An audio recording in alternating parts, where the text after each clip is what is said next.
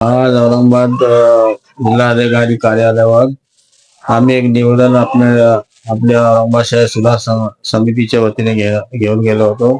त्याचे विषय असे होते की संजय निराधार योजना व श्रावण बाळ योजना हे जे कार्यालय आहे तिथे मागील 1 वर्षापासून सुरळीत काम चालू नाही. तिथे वयस्कर महिला, अपंग, दिव्यांग व्यक्ती या कार्यालयावर चक्रा मारत असतात आणि त्यांना शारीरिक व मानसिक त्रास याच्यामुळे होत असतो. तर मेहरबान साहेबांनी सरळ कार्यालयाचे काम सुरळीत करण्यास आदेशित करावे व तिथे योग्य तो एक अधिकारी परमनंट नेमणूक करावा अशी आमची मागणी आहे.